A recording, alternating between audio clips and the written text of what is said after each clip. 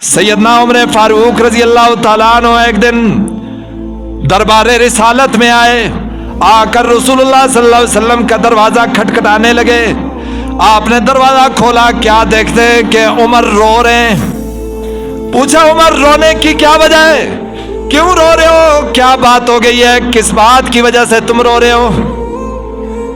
सैयदना उमर फारूक रजी अल्लाह तआला अन्हु हुजूर से कहने लगे, ए अल्लाह के नबी, मेरे रोने को क्या देख रहे हो, मैंने तो एक आदमी को देखा रोते हुए तो मुझे भी रोना आ गया।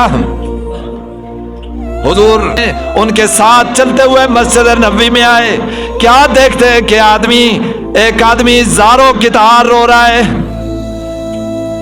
आप सल्लल्लाहु अलैहि वसल्लम पूछने लगे, बंदे बता क्यों रो रहा है, क्या वजह है तेरे रोने की, क्यों ज़ारों की तरह रो रहा है, क्या हो गया, किस वजह से तू रो रहा है। वो कहने लगा, या रसूलल्लाह, इन्नी असब्तु ज़ंबन अज़ीमा, ए अल्लाह के रसूल, एक बहुत बड़ा गुनाह हो गया, बहुत बड़ा गुनाह हो गया, ऐसा गुनाह हो गया कि मैं आपके सामने उसको बयान भी नहीं कर सकता। अल्लाह के रसूल सल्लल्लाहु अलैहि वसल्लम ने बार बार पूछा, फरमाया बताओ तो सही ना, पता तो चले, तेरे लिए अपने रब से माफी मांगू। फरमाया, अल्लाह के रसूल, अगर आप माफी मांगे तो मुमकिन है कि अल्लाह माफ कर दे, वरना मैं माफी मांगू फिर भी नहीं माफ करेगा। हजरत उमर माफी मांगे, मुझे लगता है कि अल्लाह मेरे इस गुनाह को माफ नहीं करेगा। फरमाया, बता तो सही ना क्या गुनाह है। वो कहने लगा, कुन्तु नब्बाशन, ए अल्लाह के रसूल, लोग चोर होते हैं लेकिन मैं कफन चोर हूं। जब मुर्दे को दफन कर दिया जाता है, मुर्दे को दफन करने के बाद फरमाया मैं उसका कफन उतार देता हूं।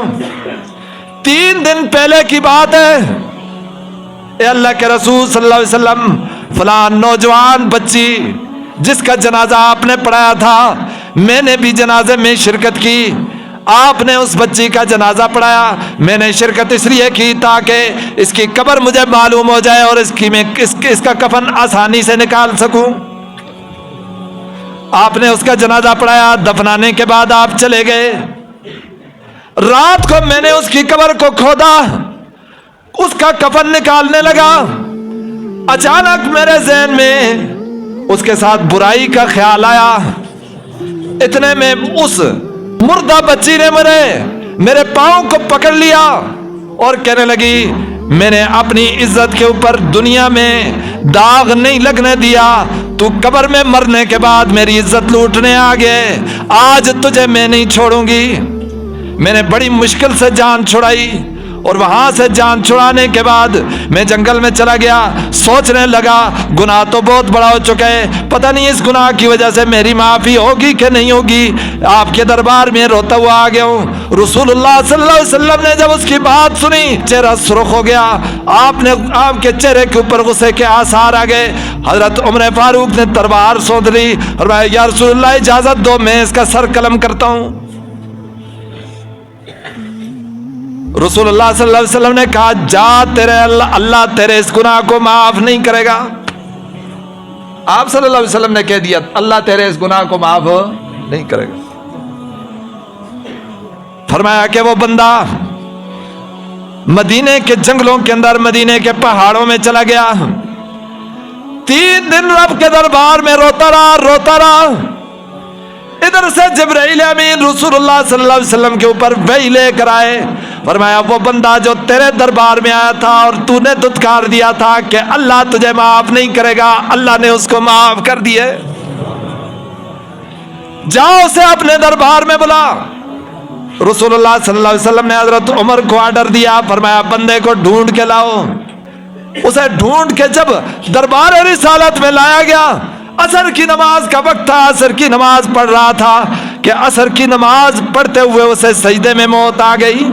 रसूलुल्लाह सल्लल्लाहु अलैहि वसल्लम ने उसे कफनाया, नहलाया, उसका जनाजा पढ़ने के बाद उसे दफना दिया। आप सल्लल्लाहु अलैहि वसल्लम फरमाते हैं, मैं इसकी कब्र के ऊपर खड़ा था, यह हदीस के अंदर है, हुजूर ने फरमाया इसकी कब्र के ऊपर मैं खड़ा था कि اللہ کے فرشتے آئے اور کہنے لگے اللہ کے رسول صلی اللہ علیہ وسلم آپ یہاں سے چلے جائیں، اس نے ایسی توبہ کی ہے کہ اللہ اس عورت کے ساتھ عالم برزخ کے اندر اس کا نکاح پڑھانے کے لیے آ رہا ہے، آپ ذرا چلے جائیں۔